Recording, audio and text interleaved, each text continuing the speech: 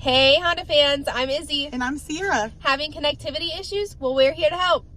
Are you having issues connecting to your Android Auto, Apple CarPlay, and Bluetooth? Here's a quick way how to fix that. Alrighty, to locate it, you're going to simply click the settings on your dash display.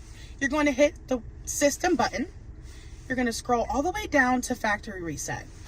Once you hit continue, this will default back to the factory settings, such as your brightness and your navigation if you have that on your vehicle.